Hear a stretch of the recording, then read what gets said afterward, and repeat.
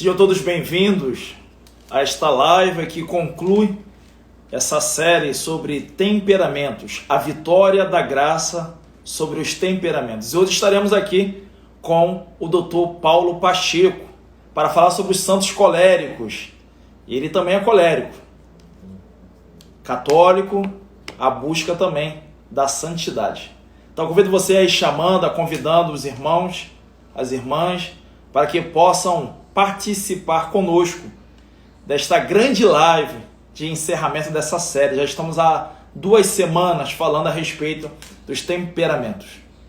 Quero lembrar também, quero na verdade informar que, motivado por muitas outras pessoas, eu abri agora um canal no YouTube. Então você me procure lá, Fábio de Melo Gonçalves. Depois eu vou colocar uma arte aí, anunciando de uma maneira melhor, mas eu queria deixar registrado nessa live, nessa abertura do canal, e lá já contém algumas pregações que eu fiz na Canção Nova, alguns outros trabalhos também, até esses realizados aqui sobre temperamentos, tá ok? Vamos para frente.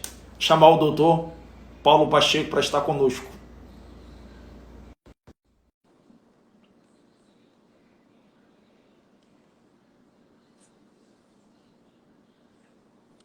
Boa noite, Olá. Fábio. Tudo bem? Seja bem-vindo, doutor. Obrigado, mais uma vez, obrigado. Mais uma vez, meu muito obrigado, né? Digo isso em meu nome, em nome também da nossa igreja aqui de Seropédica e de tantos outros seguidores aqui do perfil do Instagram. Nós temos sido por demais enriquecidos com essa presença de vocês e muito alegra, sobretudo a mim, saber o fato de que vocês são muito comprometidos, né? Muito comprometidos, tem uma demanda de trabalho, né? Embora haja esse isolamento social, isso acho que termina crescendo, né? A demanda de pacientes, de clientes, enfim, né? De atendimento, imagino que seja. E ainda assim você encontra esse tempo para estar aqui conosco, esse precioso tempo. Então, que Deus vos pague, doutor. Amém, amém. O serviço para a igreja será sempre, sempre, sempre de minha parte, algo que eu não vou negar jamais. Que maravilha! Muito bom. Você está falando com o melancólico, ele não esquece, tem memória afetiva. Ótimo, pode guardar essa. Eu guardo e agora eu estou me aprimorando em ter uma execução colérica. Então eu não vou ficar só refletindo e analisando, não. Eu vou chamar o senhor para estar mais vezes com a gente. Pode contar comigo mesmo, Padre Fábio, pode contar comigo mesmo. Doutor, tira uma curiosidade. Eu cheguei a ver uma das lives que o senhor estava fazendo com uma outra pessoa, não me recordo o nome, e o senhor falava muito sobre Gilsani, que acho que é o fundador de Comunhão e Libertação. Comunhão e Libertação. Eu, quando fui seminarista, na filosofia, né, o meu tempo de filosofia, eu participei de um grupo dentro do seminário da Comunhão e Libertação. Sério? Que legal. Aí me bateu a curiosidade, porque eu vi, o senhor falou assim um pouco, eu falei assim, será que ele é da Comunhão e Libertação? Ou o senhor já fez parte? Foi muito tempo. A minha conversão se deu graças à intervenção de Dom Jus. Os textos são fantásticos, né? Sim, com certeza, com certeza. Os textos ajudam muito, são muito basilares, assim, ajudam muito como base. Parece que são textos bem sólidos, concretos, né? Embora que são filosóficos, mas assim, eles trazem ele tem um teor filosófico muito forte, né? Sim. Mas eu falo basilares porque parece que nos dá um fundamento para muitas coisas de que geralmente a gente termina aceitando, porque o que acontece? A igreja é uma mãe confiável, né? Então aquilo que ela oferece, a gente recebe de bom grado. Mas para que a gente não fique à mercê, né, de tempestades, de falsas doutrinas, enfim, é importante ter uma base daquilo que se recebeu, né, para que a gente possa dar a razão da fé que professamos, né, quando pedirem isso de nós, né, de São Pedro. Então eu penso que os textos dele favorecem muito isso, né? Favorece você ter uma firmeza, ter uma convicção, né, própria. Ele vai construindo isso dentro de você, né, uma convicção própria, para que você não seja arrastado por qualquer mentira, qualquer fantasia, coisa parecida, né? Exatamente, com certeza. É uma grande contribuição, uma grandíssima contribuição da igreja. Esperamos que em breve seja erguido a glória dos altares. Sim, sim. Essa é a esperança, a alegria. Doutor, fica muito à vontade aí. Vamos falar sobre a vitória da graça sobre o temperamento colérico. E diz para mim, os de temperamento colérico podem vir a ser santos? Mas, com certeza. Tem uma lista bastante grande, aliás, de santos coléricos. Eu escolhi um para a gente falar aqui. Eu já tinha mencionado, da última vez que a gente conversou, eu tinha mencionado São Paulo, né? Ontem, na live que eu fiz com a Pamela Arumar, eu falei de São Paulo também, mas dessa vez eu pensei, deixa eu trazer uma contribuição de um santo que eu gosto muito e que foi objeto dos meus estudos, né? Meu doutorado foi sobre a ordem religiosa que foi fundada por esse santo, que é a Companhia de Jesus. Eu estudei justamente a chamada Primeira Companhia de Jesus, né? O período lá que vai da fundação até o meu recorte histórico foi até por volta do ano de 1601. Então, eu peguei da fundação da companhia até por volta do ano de 1601. Estudei um tipo de documento e por isso eu tive que me ater bastante à vida de Santo Inácio de Loyola, que é um colérico dos meus coléricos preferidos. E aí eu queria trazer na verdade, eu pensei, sabe, padre, de trazer. Eu peguei o chamado Relato do Peregrino, né? Que é a autobiofonia do Santo Inácio, né? Porque ele não escreveu, ele contou a história dele para o padre Luiz da Câmara, que registrou, né? Que escreveu. Então a gente diz que é uma autobiofonia, né? Então peguei alguns trechos aqui e alguns outros trechos de uma que eu usei, inclusive, na minha tese de doutorado, um trecho de uma obra de um autor jesuíta do século XVII, chamado Juan Eusébio Nirenberg, que, no ano de 1607, publicou uma biografia de Santo Inácio, uma biografia, né, na verdade, outras tantas biografias haviam sido publicadas antes dessa, mas o Nirenberg é um autor que eu gosto muito e que também foi meu objeto de estudo, então eu selecionei um trechinho aqui dele. Então, eu vou mostrando alguma coisa. Eu queria mostrar para vocês como é, né, o colérico, o santo colérico, o que é muito legal aqui, porque, por exemplo, São Paulo, você sabe que ele é colérico porque você, né, em alguns dos relatos e na forma como ele enfrentou as intempéries todas da vida, putz, né, as listas de sofrimentos pelos quais esse homem passou e que ele levantou e levantou e levantou e levantou 1000 vezes. E as viagens que ele fez, você sabe que ali tem um colérico, né? Mas quando você pega, né, o relato do Peregrino, né, a autobiofonia do Inácio, você vê o próprio Inácio falando de si antes e depois, né? Então é muito bacana, porque você tem a possibilidade de ter o relato do próprio santo, né? Então você vê o caráter colérico dele muito presente, muito vivo. Eu queria ler uns trechinhos, a gente vai conversando. Sim, Tá? ótimo. Favor, E um grande santo, né? Espetacular. Estou com uma expectativa grande. muito grande de ouvir. Exato. Então, acho que todo mundo, pelo menos, já ouviu falar de Santo Inácio, já ouviu falar da Companhia de Jesus, dos jesuítas, uma ordem religiosa que hoje, inclusive, né, legou-nos o Papa, né, o Sumo Pontífice é um membro da ordem religiosa, é o primeiro, né, em toda a história da Companhia de Jesus, em toda a história da Igreja, né, tudo bem, mas em toda a história da Companhia de Jesus, desde o século XVI, é a primeira vez que um sacerdote jesuíta chega, né, ao sólio papal, de forma que também isso é bastante interessante, né? Tudo bem que a Companhia de Jesus é uma ordem religiosa que tem momentos muito distintos, né? Você tem da fundação até por volta, dizer, do segundo, né, geral da Companhia de Jesus, São Francisco de Borja, se eu não estou enganado, a Companhia de Jesus manteve uma certa vinculação com o carisma de Santo Inácio. A partir de um certo ponto, esse carisma se perde, inclusive por conta da difusão da Companhia de Jesus, que é um outro sinal muito interessante, eu quero falar sobre isso também, que tem muito que ver com o caráter do Santo Inácio. E aí, de repente, ela se perde, né? Ela se dissipa, ela se espalha pelo mundo inteiro, ela nasceu uma coisa pequenininha, né? E se transforma numa grande, né? Uma grandíssima ordem religiosa. E aí ela retoma de novo, né, o carisma quando assume o padre Cláudio Acquaviva, um jesuíta italiano, também ele colérico, né, vale dizer, que retoma a tradição, né, inaciana e consegue manter, é o mais longo generalato da história da Companhia de Jesus, são 33 anos de generalato, E ele consegue manter nos 33 anos, né, uma proximidade com a tradição inaciana. Depois a companhia se perde em questões políticas. No século XVIII, ela é supressa, né, e fica supressa por quase um século, quando depois retoma. Então, a gente tem a nova Companhia de Jesus, essa segunda fase da Companhia de Jesus, que aí não quero entrar nesse detalhe, não. Mas vamos falar do Santo Inácio, né? E falar, sobretudo, de como ele chegou, né? A intuição da Companhia de Jesus, né? E aí, eu queria começar lendo, né, a primeiríssima página, nem uma página, um trechinho, né, da autobiofonia dele, porque é justamente o relato do período que antecede a conversão de Santo Inácio. Então, é um evento, né, histórico, aconteceu de fato isso que Inácio está relatando aqui, e que dá para ver direitinho, né, a têmpera colérica de Santo Inácio. Veja só o que o próprio Inácio conta. Até os 26 anos de idade, Inácio tinha sido um homem entregue às vaidades do mundo.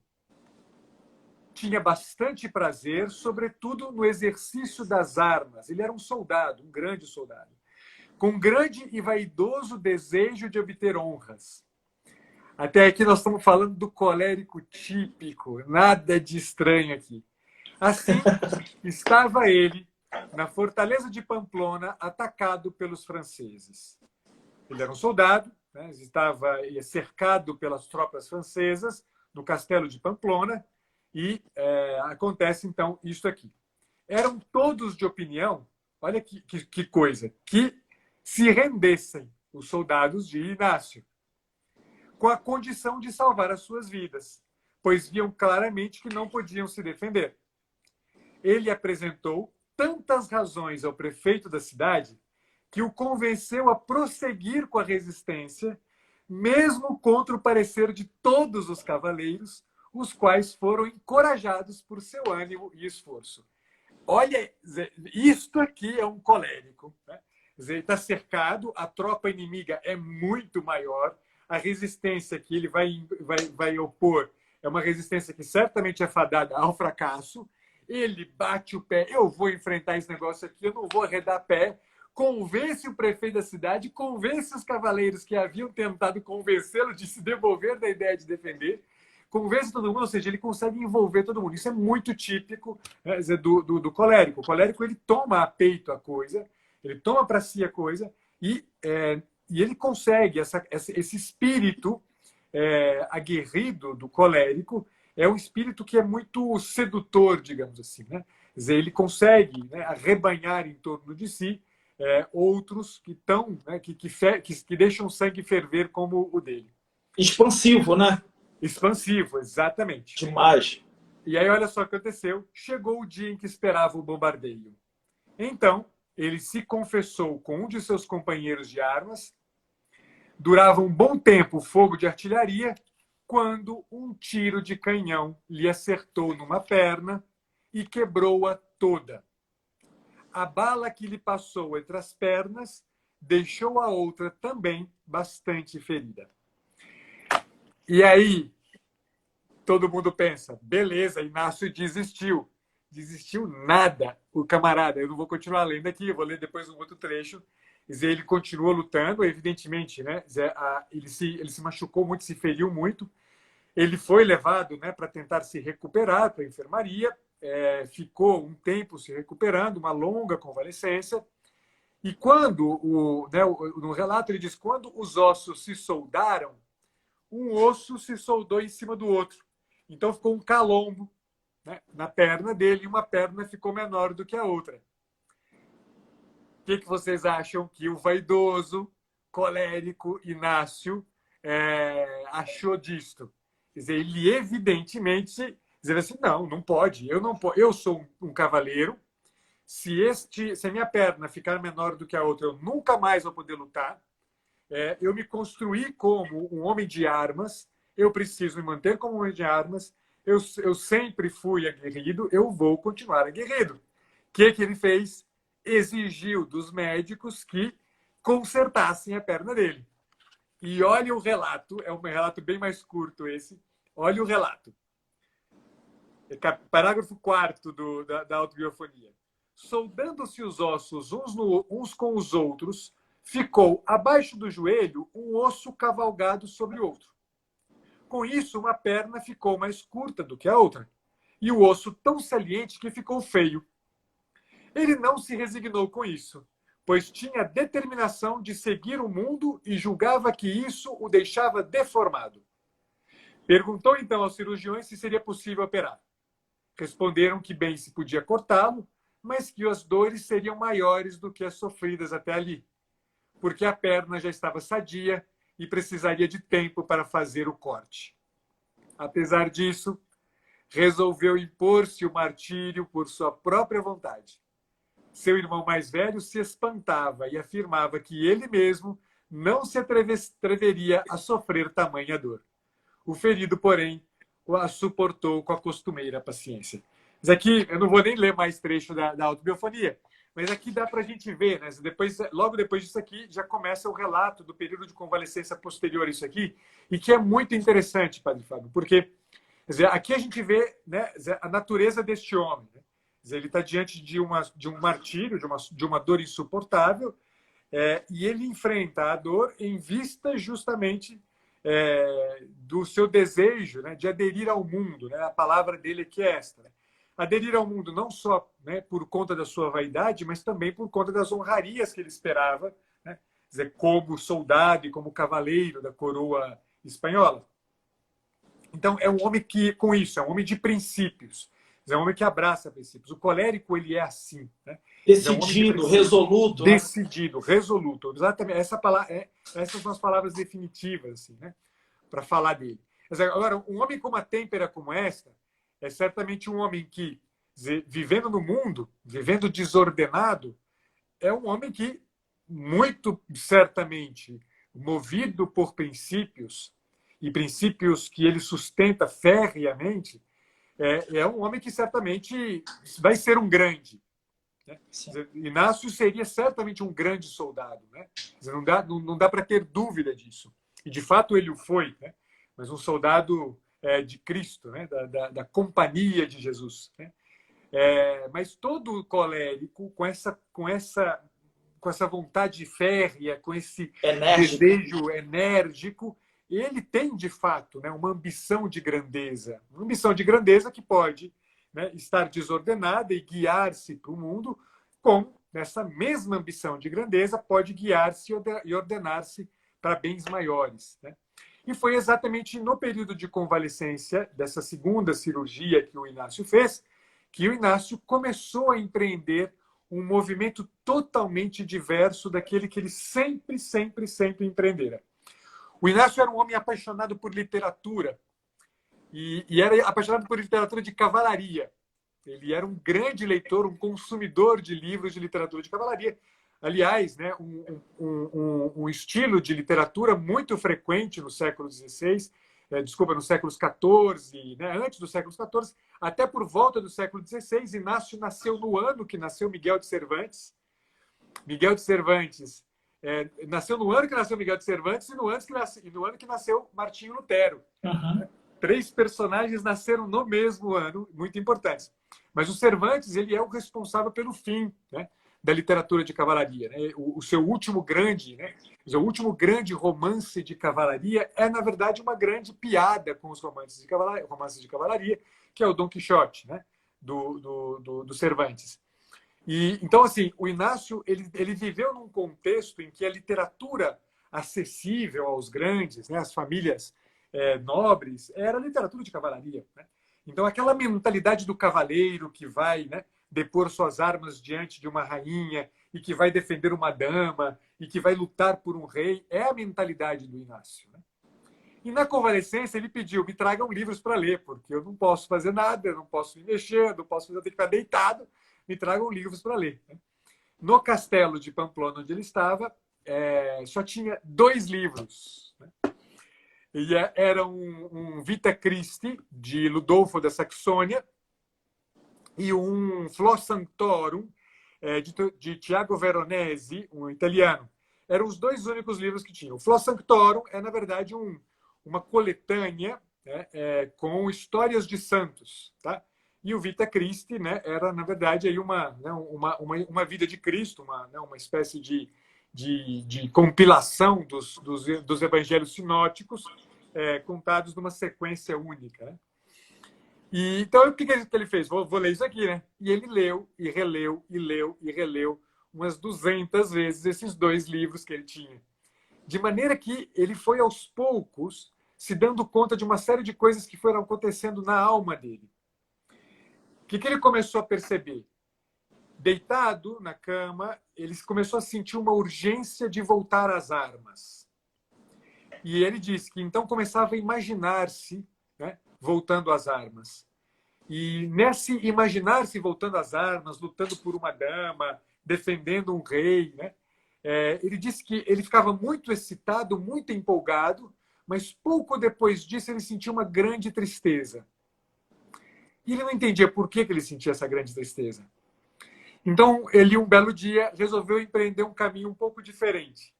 Ele leu a história de São Francisco de Assis e aí ele começou a conceber a hipótese de, ao invés de lutar como um cavaleiro por um rei qualquer, e se eu lutasse como São Francisco por um rei que não é qualquer rei, é nosso Senhor Jesus Cristo.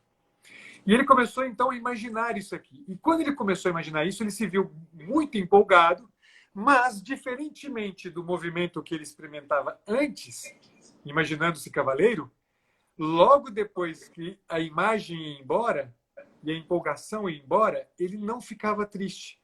Pelo contrário, ele ficava muito feliz. E aí ele começa a intuir, né, que havia pensamentos nele que eram gerados por Nosso Senhor e pensamentos nele que eram gerados pelo inimigo do homem, né? O inimigo da natureza humana, que é o diabo. E é aqui começa, então, todo o caminho de autoobservação do Inácio, que é o caminho que vai culminar na produção de um dos textos mais importantes da modernidade na Igreja, que é o conjunto chamado Exercícios Espirituais, né? Até hoje usados pela Companhia de Jesus, graças a Deus, e que é uma obra que é importantíssima. Eu vou ler o último trecho aqui, só porque eu me lembrei de um trechinho que pode ser, só para amarrar isso aqui, depois eu conto o resto da história. Aí você Não, tá muito bom, muito bom. Sem leitura. Pode me interromper, tá? Porque eu me empolgo quando eu falo de Santo Inácio. Tá, que bom. Olha só como isso aconteceu, esse detalhe aqui que eu estava falando para você. Nosso Senhor o socorria, fazendo suceder a esses pensamentos, né, que eu acabei de contar. Tá? Quando concedia esses propósitos, os propósitos de viver como São Francisco, de viver como São Domingos, né, parecia encontrar em si facilidade para pô-los em prática. Mas todo o seu discorrer era falar consigo. São Francisco praticou isto. Eu tenho que fazer também. Olha que coisa impressionante. É isso que me interessa levantar. E essas ideias o ocupavam igualmente por longas horas, até que se intrometiam outros assuntos e voltava aos assuntos do mundo. Essa sucessão de pensamentos tão diversos durou bastante. Detinha-se sempre nas ideias que se apresentavam à sua fantasia, até se sentir cansado, quer se tratasse dos sucessos do mundo, quer dos assuntos de Deus. Então parava e dava atenção a outras coisas. Por que eu quis ler esse trechinho aqui, né? A ideia de imitação é uma ideia que começa a tomar corpo no Inácio. Ele começa a perceber que tem pessoas que são mais interessantes de serem imitadas. Tem pessoas que, se imitadas, parecem trazer a ele uma maior experiência de autorrealização.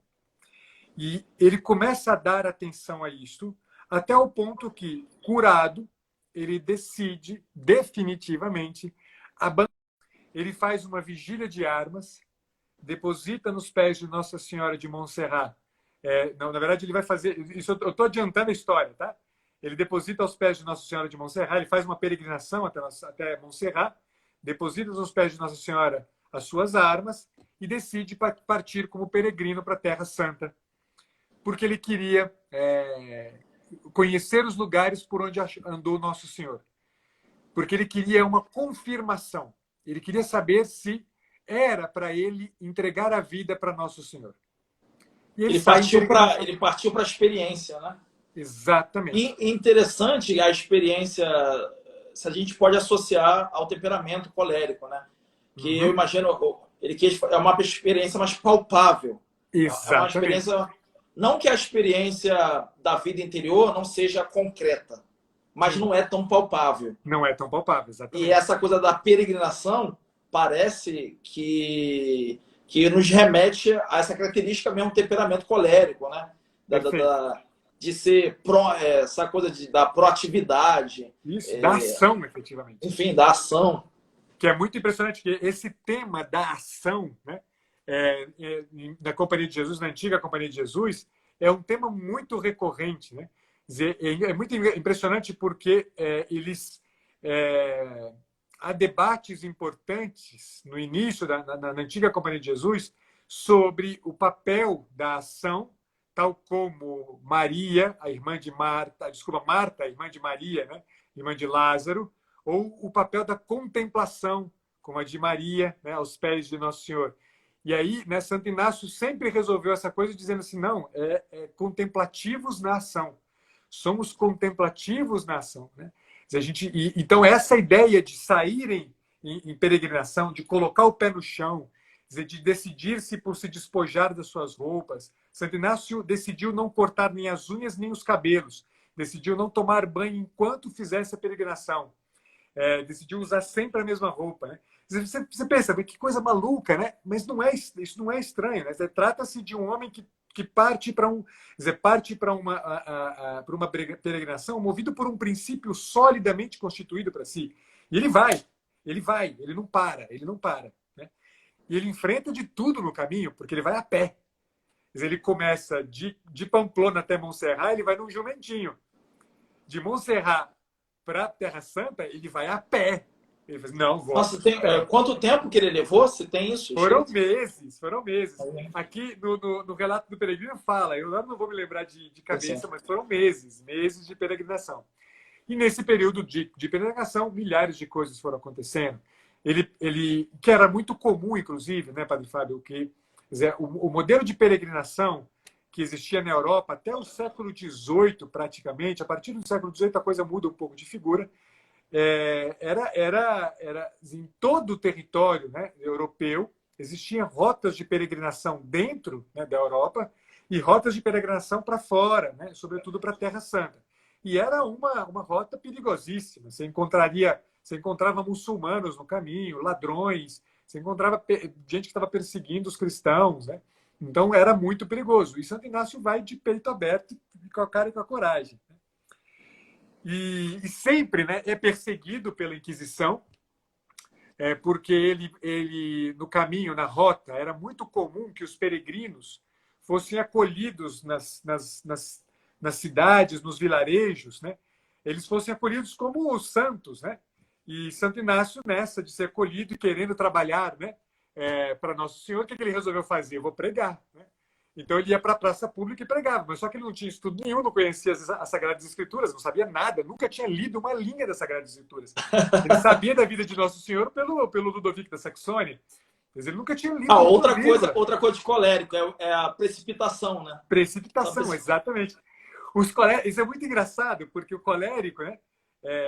Quem tiver aí de colérico vai reconhecer isso. Colérico é do tipo do cara assim, que bate o olho num texto, ele já sabe que eu já sei o que é. Né? Quer dizer,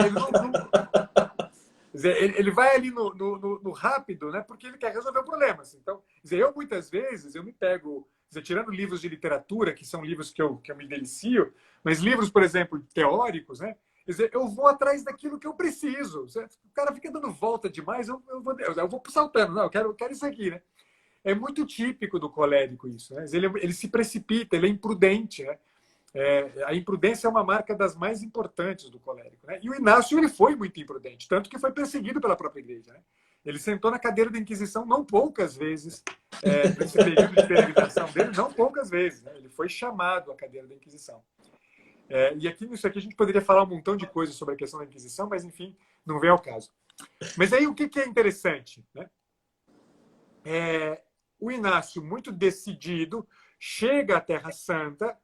Lá né, ele faz uma experiência de definitividade, ele entende que este era o caminho e resolve voltar. Só que, olha que cara que era esse. Quando ele está voltando, ele começa a se perguntar, pô, se eu vou trabalhar para a igreja e a igreja está achando, né, que eu sou um herege, o que precisa acontecer? Eu preciso estudar. Porque se eu não estudar, eu não vou poder servir a igreja adequadamente. O que esse cara faz? No caminho de volta, para em Paris e se matricula na Universidade Sorbonne. Olha, Simples assim. Imagina, um objetivo, maltrapilho, né? sujo, maltrapilho, cabeludo, de unha comprida, vestido. Ele vai lá e, literalmente, ele entra na Universidade da Sorbonne desse jeito, pede aceite, ele é aceite e começa a estudar na Universidade de Sorbonne, na França. E muito impressionante é que, de novo, o mesmíssimo evento repete-se a mesmíssima coisa que ocorrera lá em Pamplona. Em Pamplona havia um cerco, todo mundo demovendo-o da ideia de permanecer ali, né, resistir, e ele convence a todos de resistir. Na universidade, a mesma coisa. Ele começa a se aproximar de alguns companheiros de variadas nacionalidades, São Francisco Xavier, o Francisco de Borja, Polanco, gente de vários lugares do mundo, inclusive alemão, um português, 2 espanhóis, 2 franceses. Ele vai se aproximando dessa turma e convence essa turma do seu projeto, o projeto de ir trabalhar como soldado de nosso Senhor Jesus Cristo, um guerreiro de nosso Senhor Jesus Cristo. E é assim que ele faz. Essas pessoas vão se aproximando e vão ficando absolutamente encantadas com a proposta de Inácio. Um homem inteligente, um homem muito bem apessoado. Inácio era um homem bonito, né? Era um homem bonito mesmo, muito bem apessoado, de família nobre. E ele vai juntando ao seu redor, né, esse grupo de pessoas também todos nobres, e tão logo recebem o título, né, o título de doutores, né, saem todos um dia à noite da universidade, se dirigem a Montmartre, quem conhece Paris, né, é uma colinazinha que hoje é toda ocupada de casas, na época era só uma colina, no alto da qual havia uma pequena gruta destinada a Notre-Dame de Montmartre. Hoje existe, né, no mesmo lugar onde havia essa grutinha, existe uma catedral, né, uma igreja gigantesca, né, que é a igreja de Montmartre, e lá, nessa grutazinha, tinha uma imagem, né, de Nossa Senhora, debaixo da qual Inácio e seus companheiros, né, eram 7 companheiros, se eu não estou enganado, Inácio e seus companheiros escrevem seus votos numa folhinha de papel e depositam debaixo dos pés de Nossa Senhora. E começa ali a Companhia de Jesus. Isto foi a Companhia de Jesus. Um grupo de amigos, movidos por um homem profundamente marcado pelo ideal de um serviço, de uma entrega total a Nosso Senhor, que todos, em absoluto, todos os primeiros companheiros de Inácio foram de tal forma marcados pela figura do Inácio, que todos eles empreenderam grandíssimos movimentos que tiveram, inclusive, impactos fundamentais na história da Igreja no século XVI. São Francisco Xavier levou o cristianismo ao Oriente. Não existiria a possibilidade de um chinês, de um japonês ser católico se não fosse a figura de São Francisco Xavier, que sozinho, ele tomou um barco e foi sozinho, enfrentar sozinho, né? E outro também colérico, São Francisco Xavier, né? Xavier. Foi enfrentar também sozinho esse grande desafio. Então, interessante que dentro de um tempo em que a igreja sofria essa revolta, né, da protestante, né? Sim, Então, imposto por assim, Martinho essa Lutero. revolução protestante, então, imagina, ele deu uma grande contribuição, né? Então, pega esse período em que está um caos a Europa, né? Aham, Negociações políticas também envolvidas por trás dessa. sim. As coroas todas envolvidas nessas negociações, né? É muito impressionante. Enfim, a Companhia de Jesus é uma coisa que me chama muito a atenção, porque no meu doutorado eu estudei exatamente a Companhia de Jesus, tá? E uma das coisas que para mim que para mim foi o fundamento, né, da análise dos documentos com os quais eu trabalhei, era o fato, Padre Fábio, que a Companhia de Jesus, no fundo, ela está estruturada, a ordem religiosa está estruturada em torno da figura de Inácio de Loyola. De maneira que a Companhia de Jesus e Inácio de Loyola coincidem um com o outro. A Companhia de Jesus, se a gente pudesse dizer que uma instituição tem um temperamento, a Companhia de Jesus é uma ordem religiosa colérica. É muito impressionante isso. Por quê? E aí é muito interessante porque, inclusive, os jesuítas, nos estudos que Inácio de Loyola fez, ele travou contato com a teoria hipocrático-galênica. Travou contato com a filosofia, com a psicologia filosófica aristotélico-tomista. Ele travou contato com a teoria paulina, né, do corpo místico da igreja, e ele construiu a estrutura, né, da Companhia de Jesus. Você pega os documentos fundadores da Companhia de Jesus, você vai ver que ele está construído sobre esse tripé. E aí é muito interessante que a questão dos temperamentos era central na vida dos jesuítas. Os jesuítas eles eram avaliados na entrada da Companhia de Jesus, eles eram avaliados em vários fatores, um deles era o temperamento, e Olha, trianualmente eles eram reavaliados. Trianualmente. Por quê? Qual era a pretensão? Né? A pretensão era justamente que o jesuíta se transformasse num outro Cristo. Por quê? Toda a vida de Santo Inácio foi a vida de imitar a vida de Cristo. Depois de Ludolfo da Saxônia, com Vita Christi, o Inácio de Loyola travou contato com um dos textos também clássicos do cristianismo, da cristandade, que é a Imitatio Christi, do Thomas Kempis, né? Um texto do século XIV. Né? E ali ele ficou profundamente marcado. Né? A Imitatio Christi se tornou para ele, né, uma referência muito importante. Quem pega os exercícios espirituais para ler, vai se dar conta que, em toda a trajetória de vencer-se a si mesmo que se propõe os exercícios espirituais, o modelo da vitória é o modelo do próprio Cristo. Então, a constante reavaliação que se fazia dos jesuítas era em vista justamente de quê? Verificar se o jesuíta ele conseguiu empreender o caminho de transformação de si mesmo num outro Cristo, tal como Inácio fez. E aí eu queria ler, aqui eu vou me dar o direito de ler o documento original do século XVI, século XVII, do Nuremberg, porque é muito impressionante o que o Nuremberg conta. Então, isso aqui ele foi escrito em 1607, tá? Foi publicado em 1607, muito perto da morte de Inácio. O Inácio morreu em 1564, acho, não me lembro mais a morte do Inácio. Enfim, não me lembro mais, mas foi em 1564 por aí. E olha o que diz o Nuremberg. E olha que interessante isso aqui que eu estou trazendo para vocês, que é, no fim, o que a gente está querendo, Padre Fábio? É aprender. É possível, sendo um colérico, ser santo? É possível ser um fleumático ser santo? É possível ser um sanguíneo, um melancólico ser santo? Claro que é.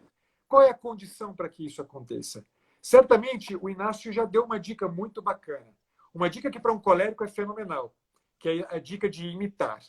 Imitar alguém, se colocar o desafio de imitar alguém. O colérico ele é movido a isto. Se eu vejo alguém, eu preciso ver alguém maior do que eu. O colérico, se ele tem ao seu redor pessoas menores do que a si mesmo, ele para. Ele se desordena. Ele precisa ter diante dos olhos pessoas maiores do que ele.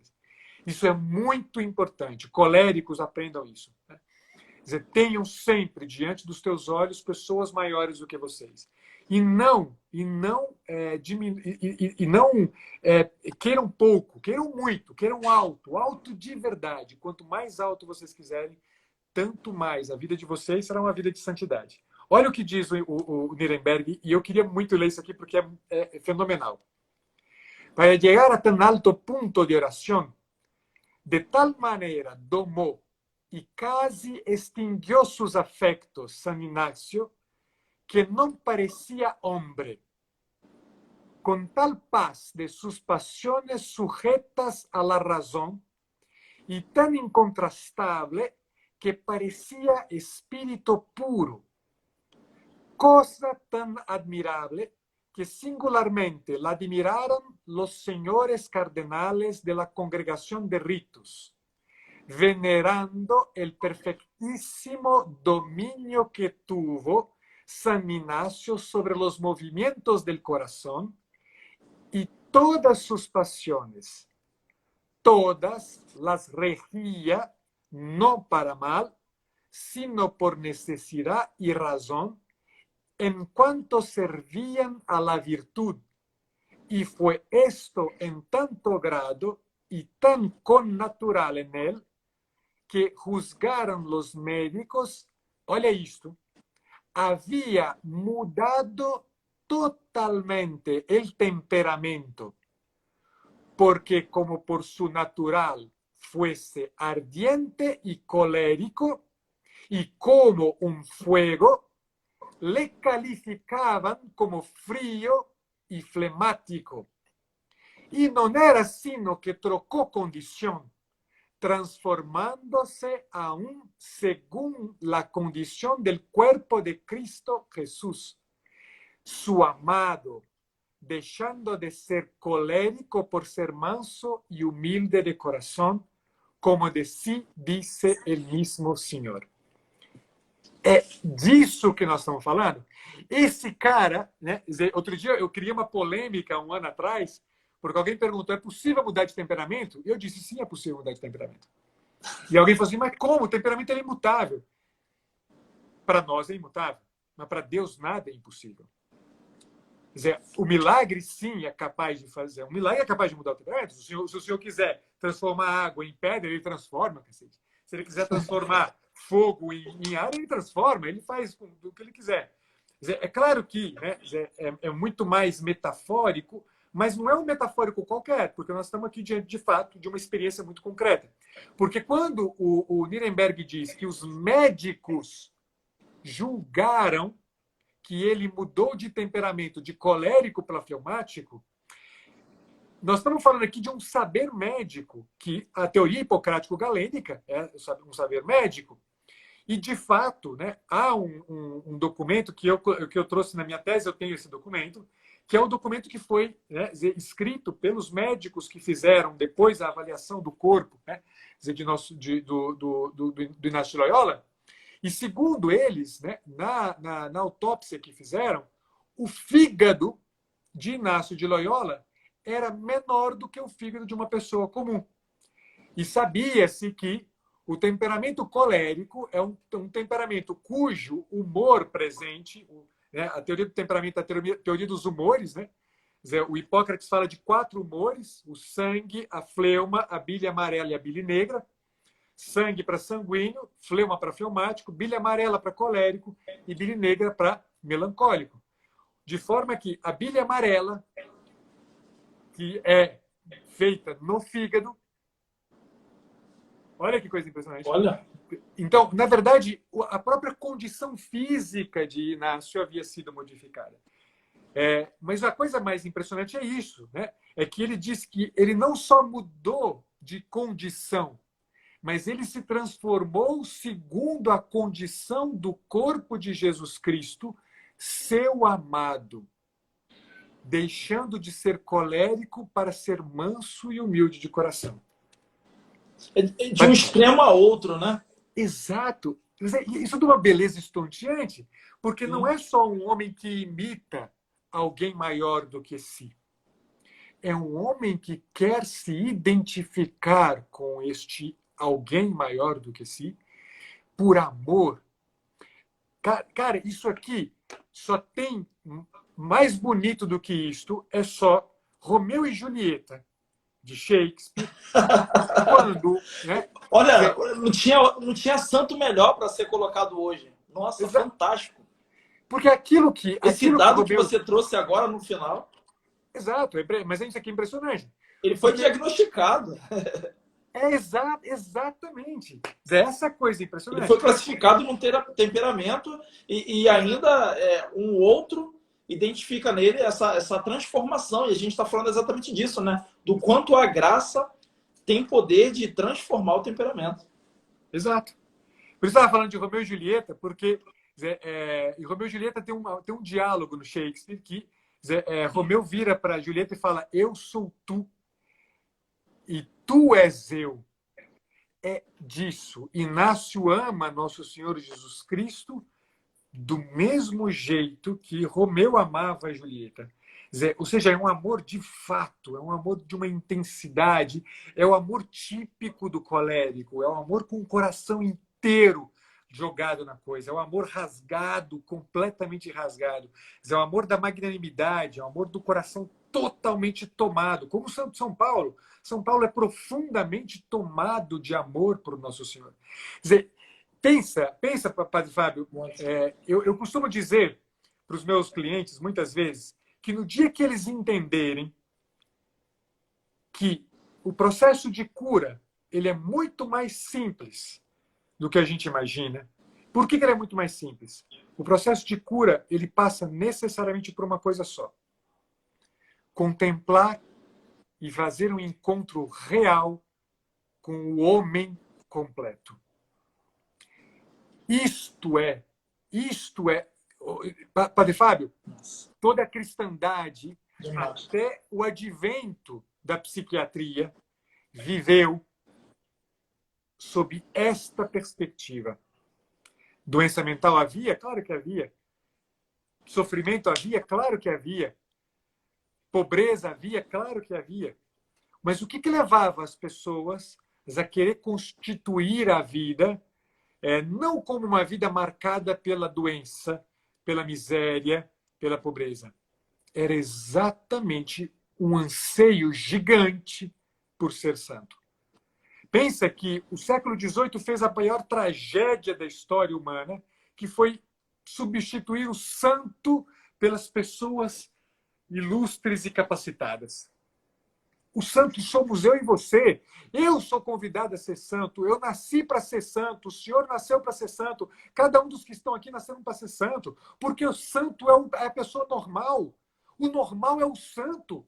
O que Santo Inácio fez não é excepcional. O que Santo Inácio fez foi se deixar moldar pela figura de Nosso Senhor Jesus Cristo, que ele amava profundamente. Ele é normal. A gente que é anormal. A gente que está completamente fora do eixo. Se você quer transformar a tua vida, cacete, ama Nosso Senhor Jesus Cristo e se deixa levar completamente de amor por este homem e se deixa identificar e se deixa assimilar por este homem. A tua vida vai ser completamente outra. Completamente outra. Não tem outro caminho.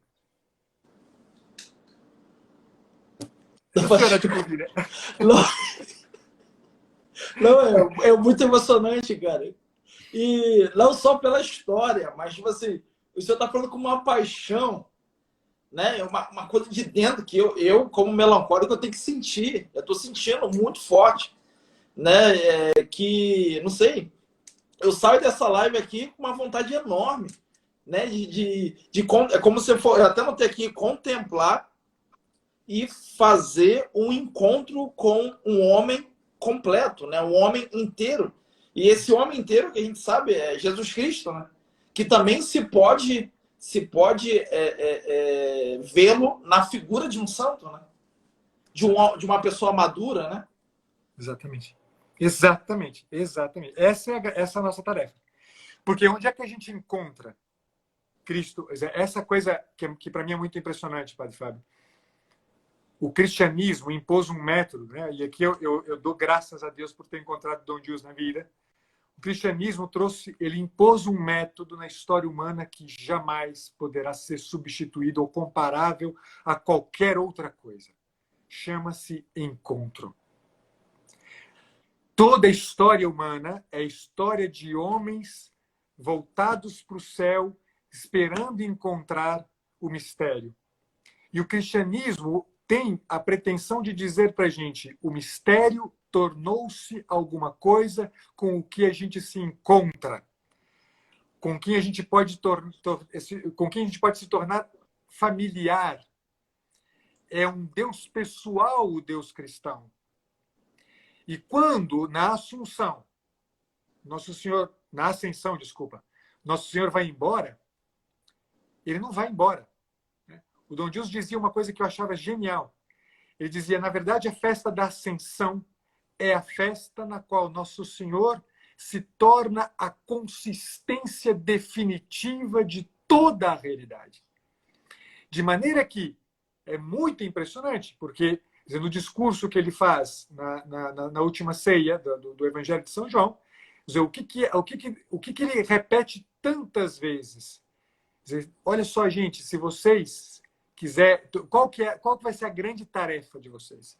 É que o mundo me conheça. A mim. Né? Por quê? Por que o mundo precisa me conhecer? Porque a minha alegria precisa ser a vossa alegria. Porra, o cara vai embora, cacete. Se o cara vai embora, e aí? Fudeu, né? Não, muito pelo contrário, ele não foi embora. Né? O mundo vai me conhecer pela alegria de vocês. Pela alegria de vocês, pelo empenho, pela audácia de vocês. É assim que o mundo vai me conhecer.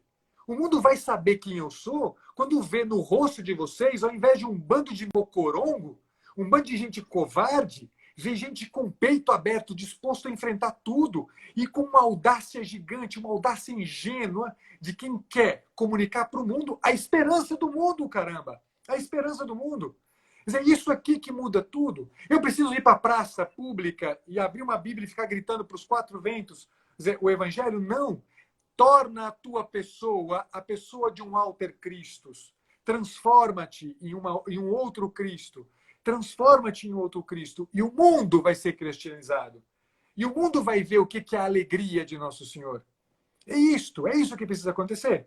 Cansado, em vez de ficar reclamando da vida, esse cambada de gente que reclama de tudo, que para tudo é um saco, que tudo isso aqui é profundamente contra-testemunhante, se pudesse usar inventei uma palavra aqui agora, isso testemunha contra a gente.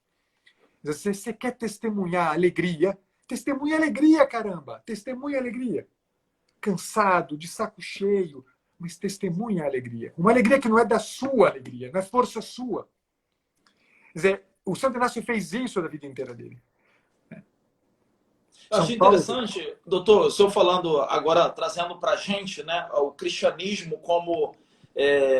faz parte do cristianismo esse entusiasmo, essa vibração, esse fervor, essa audácia, essa coragem, essa postura de firmeza, de resolução. Isso faz parte daqueles que receberam o espírito de filhos adotivos, né? A gente vê que os próprios apóstolos eram covardes, os apóstolos eram medíocres, os apóstolos eram inconstantes. Bastou vir o Espírito Santo, se tornaram coléricos.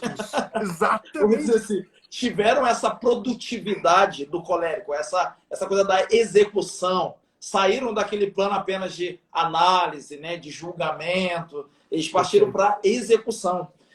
Uma coisa que me chama a atenção, eu queria deixar, estamos terminando aí, mas queria deixar como provocação, porque quando o senhor falou sobre a comunidade da Companhia de Jesus, eu lembrei que o nosso Papa Francisco, ele é jesuíta.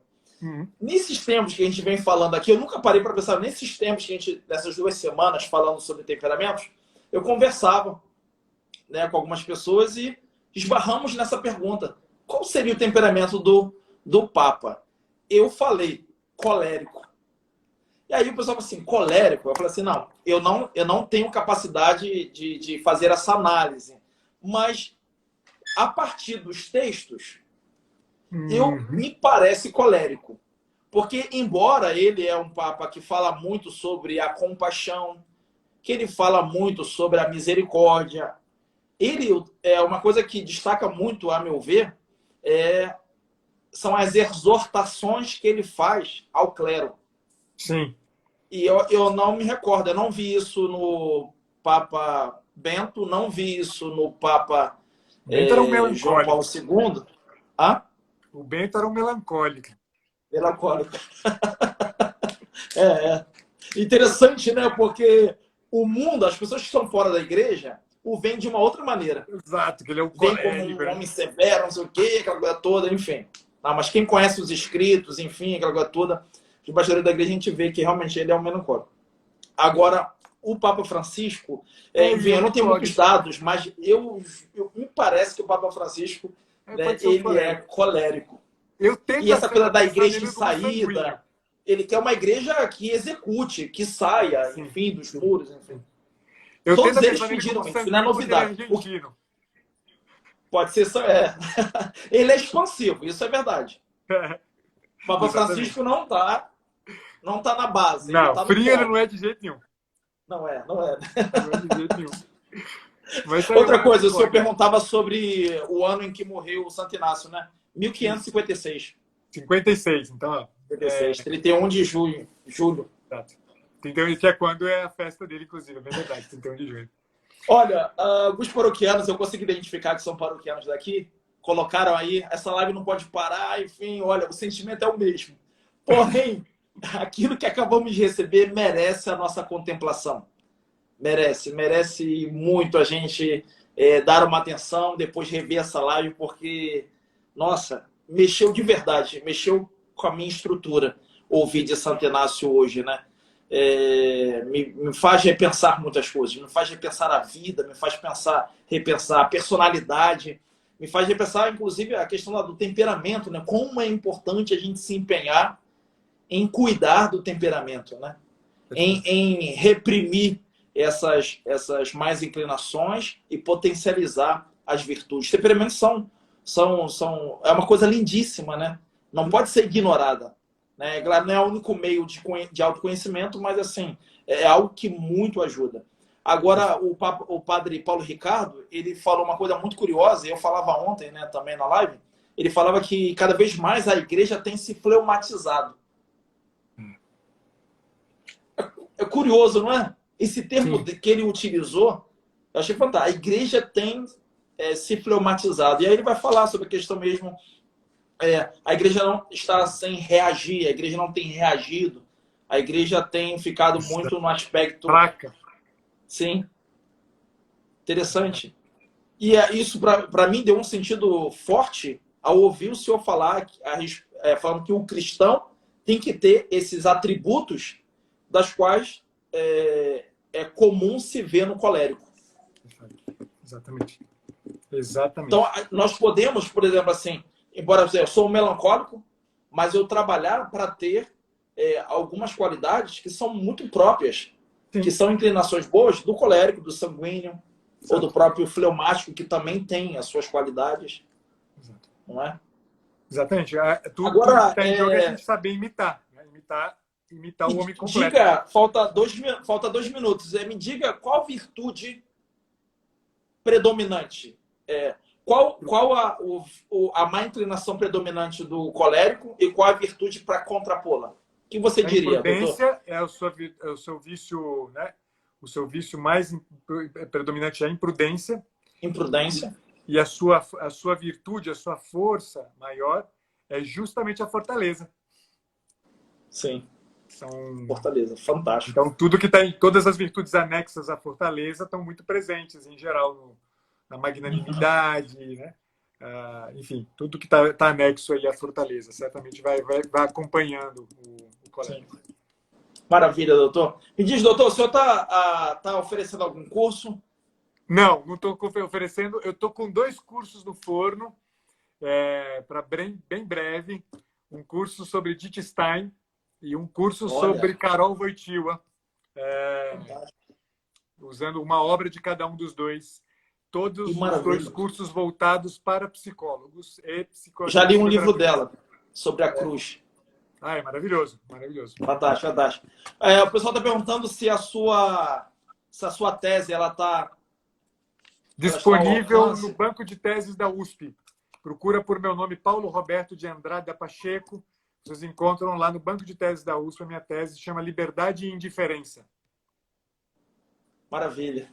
Doutor, muito obrigado. Deus vos pague por tudo bem que tem feito a nós, E Obrigado a não você só pelo aqueles convite. aqui na live, mas também aí com seus clientes e pacientes, tá?